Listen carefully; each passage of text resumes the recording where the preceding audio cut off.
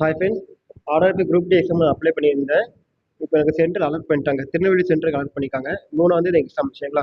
Morning first shift அப்படின்னா reporting time வந்து 7:30 report பண்ணணும். அங்கே 8:30 க்ளோஸ் ஆயிரும் கேட்டு. எக்ஸாம் ஸ்டார்ட் ஆகிறது ஒன்றுமே ஸ்டார்ட் ஆகாமல் இருக்கும். இது ஃபர்ஸ்ட் ஷிஃப்ட்டுக்கு. செகண்ட் ஷிஃப்ட்டுக்கு அது அப்படியே டைம் பார்த்துக்கோங்க. தேர்ட் ஷிஃப்ட்டுக்கும் டைம் போட்டுக்கோங்க பாருங்க.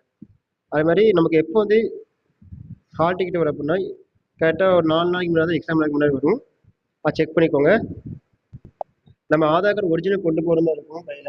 ஏன்னா பயோமெட்ரிக் வெரிஃபிகேஷன் பண்ணுவாங்க. ஸோ ஆதார் கார்டு ஒரிஜினல் கண்டிப்பாக முறையில் கொண்டு போகணும். கால் லெட்டரை டெவலப் பண்ணி பிரிண்ட் போட்டு வச்சுக்கோங்க. கால் லெட்டரை பிரிண்ட் போட்டு வச்சு அது ஒரு காப்பியும் ஆதார் கார்டும் கண்டிப்பாக முறையில் கொண்டு போகணும். ஓகேங்களா?